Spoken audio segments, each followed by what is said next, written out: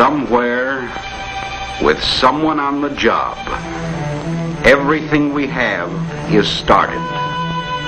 Somewhere, on some fertile acre, the plow knifes through soil that abounds in promise. And the farmer, although he plows alone, is not alone. His life is tied in with the lives of many others, of all of us who depend on him and on his mechanized labors. And he, in turn, depends on all of us. Somewhere on a lonely range, the earth trembles under the hooves of cattle on the move. And the man who rides the range alone, if he listens with vision, can hear in the rumble of the herd the beginnings of the rumble of distant machinery in the factories where others will finish the work he has begun. Somewhere, someone sets a blast to erupt rich ores of metal from stubborn rock, and sets men to work in smelter and in blast furnace, in mill and in factory. And thereafter, people, many interdependent people, come to fashion the products of human inventiveness from all the bounty of nature. Wheat. And to grow the wheat, it takes a farmer. From New York to Michigan, to Nebraska to Oregon, and from the Dakotas down through all the great grain belt, 1,000, 10,000, and 100,000 wheat farmers grow the finest of wheat. Raw material for industrial alcohols, for fine finishes. Sugar. And to grow sugar, the sugar farmer. In the bottomlands of Mississippi and the Everglades of Florida, on the Delta and in the Evangeline country, grows the sugar cane. Cane sugar, raw material for carbon and lampblack, for solvents. Cotton. And the farmer to grow the cotton. Raw material for fabrics and for lacquers and for plastics. In the Carolinas, in Georgia, Tennessee, and Arkansas, Alabama, throughout the Old South, and even in the Deep South, cotton still is king. In Texas, too, and now in California, there's a great snowy harvest. Cartload by cartload and bale upon bale, as far as the eye can see. Cotton for fabrics and wool for fabrics.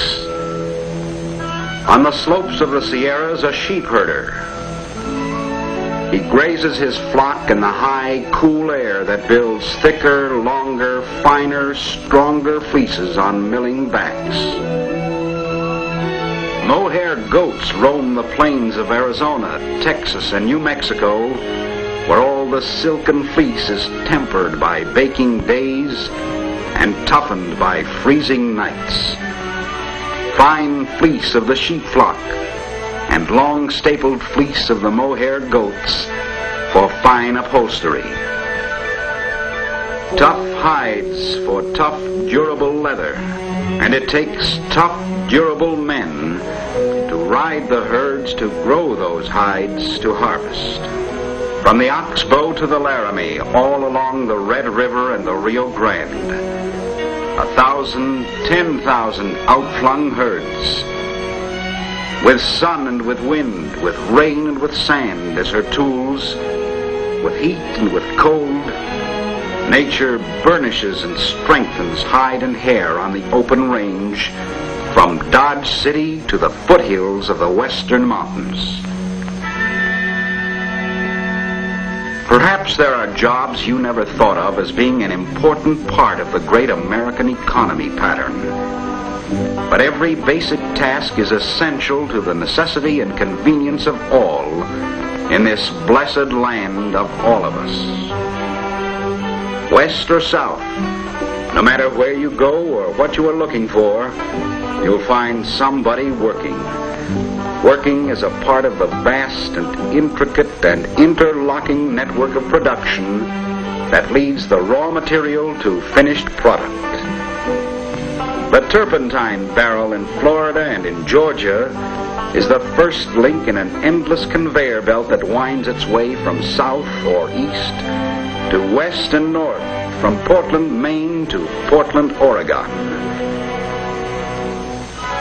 In the oil fields of all America, there is a man-made tree that grows, a deep-rooted tree that is to yield a strange assortment of fruits which will be soap and candles, paints and asphalts. From its roots, thousands of feet in the earth, the oil well rig brings forth the harvest of precious sap that is to become a polish and a lubricant and a coloring and a fuel.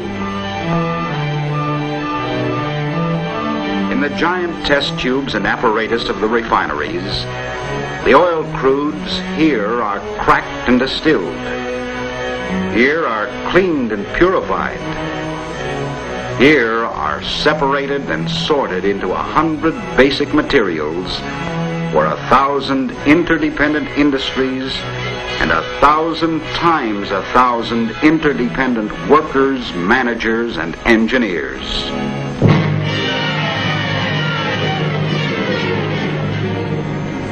On the job, commanding great tools, from deep within the plentiful earth come the metal ores with which America is so richly blessed. Copper for bearings and copper for batteries. Copper for radiators and for electrical systems. Copper from Utah and Montana, from Michigan and Wyoming, from Colorado and New Mexico, from Idaho and Arizona and Nevada. And again, more of the red gold metal from Washington and Oregon.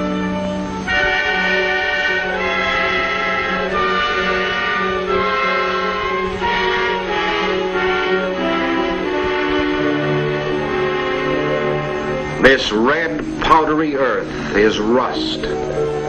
Call it iron ore, call it ferric oxide. It is the touchstone that has magically transformed a civilization.